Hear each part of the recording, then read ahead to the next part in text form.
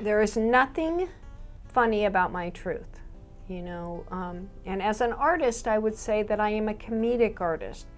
But before I could let my comedy come out, I needed to show this. And I needed to show this because my comedy has a twist that I'm always trying to cover up. And well, I'm not going to be covering up anymore. I'm going after the hard issues. And I'm going after it with a Renee twist that pulls it into a comedy so that we can talk about it and we can deal with it. Dear old dad, we're dealing with the issue of elderly care, and we're dealing with the issue of our lack of health care, our lack of support from our government to make sure that people have adequate health care. When we make sure that our criminals who are locked away have health care better than our non-criminals, we have an issue. As a culture, we have an issue. So my comedy will also be coming after the rough issues. And I hope you stay tuned, because the pilot to Dear Old Dad is following right after this show. And I'm very excited about it. I'm very happy with it. It makes us laugh. My dad and I have been having a great time, laughing at each other, with each other, and coming up with new ideas, So maybe I'll show you a preview in this show just so that you get an idea. So, but it's important to have a balance. And I think I'm putting that in on my healing show. Well, as I begin my healing shows, because I want you to know this is a theme I'm staying on, because it takes us a long time to heal. And there are a lot of ties that we need to really understand to unlock. So I'm laying down the things I needed to get me through the process quicker, to heal after I got out of the home. Now, which kind of does sound funny, but it's also the truth, is that we probably would never heal when we're still in the abusive situation. But once we get out of it, then if we understand the clues on why our thinking is so strange and our ideas of sex are so strange. I didn't understand why I never thought I would be a healthy mother, even though that I thought I was a good person and I love kids, but I never saw myself in that role.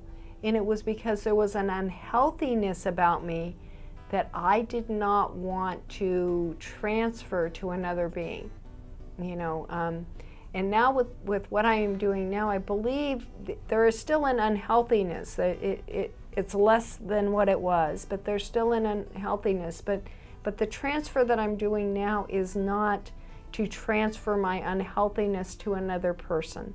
It is actually to let it go from me, and I'm hoping that by making this very public this way, that it will help others that need to, release that also. We need to get out of the burden of carrying this all alone in our society. If society is going to cause this problem, then society should come up and be part of the solution. And don't just pay me lip service. Actually move somebody all the way through the process, of healing and their journey. It is a long and difficult process, and when people look at it as if, once the physical assault is over, that's all that needs to be done, well, you need to get a clue, because that is nowhere near the reality, and no professional will ever tell you that. So I do hope that this helps. I hope that it helps for me, now that I've redefined my classification of good people. And I hope that it helps others to understand that, we are going to have a trust issue. Are going to have very deep trust issues that we need to solve if we want to remove that offness out of us.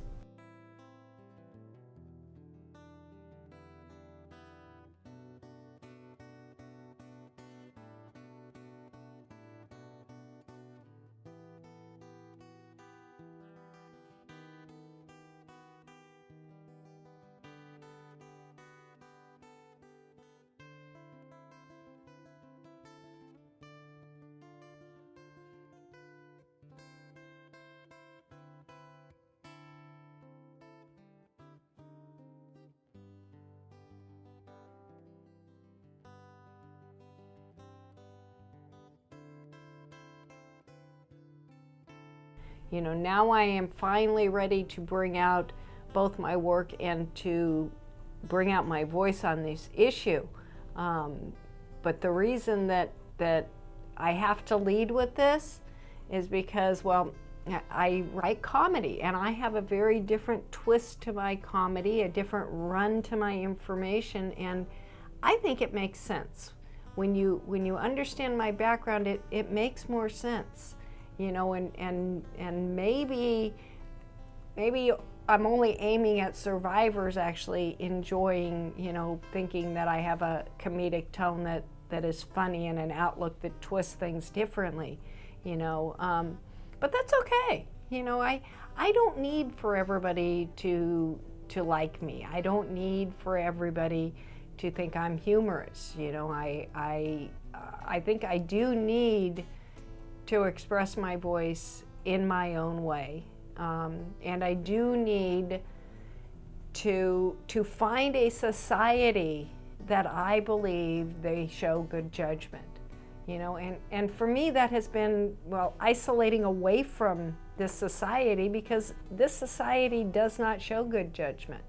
You know, it shows horrible judgment in this area. And you cause the people who have been hurt the most as children to suffer the most as adults, to pay for it too, and to remain silent.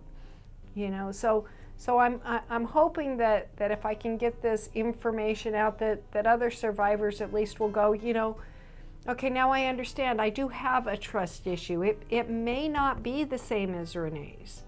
You know, it may be that your trust issue is that you don't trust your own judgment, or you don't trust authority figures. You know, that who you don't trust and why you don't trust, I think are a key to unlocking and resolving. You know, do I want to never trust anybody?